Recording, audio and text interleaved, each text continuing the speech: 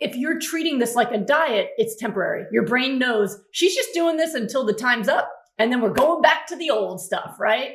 You're not giving up on the plan, but you're just counting down the days.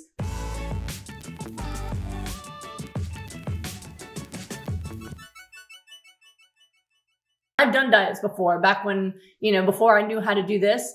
The only way I knew how to diet was restriction. And I used to do stuff like Slim Fast, where I'd do nothing but those Slim Fast processed junk shakes for like 4 days straight to lose weight, right? But I always knew in my mind, this is temporary.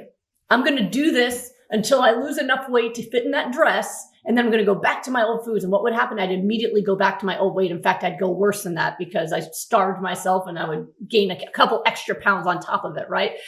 So if you're treating this like a diet, it's temporary. Your brain knows she's just doing this until the time's up. And then we're going back to the old stuff, right? That's what it sounds like you're doing. You're not giving up on the plan, but you're just counting down the days because you resent it so much.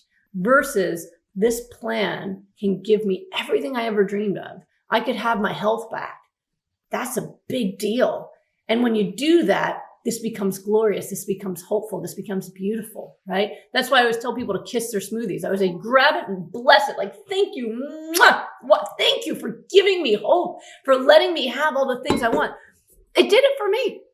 I bless the smoothies because, oh my God, I get to 15 years of no lupus. Holy crap. Why do you think I'm so excited to do this program all the time?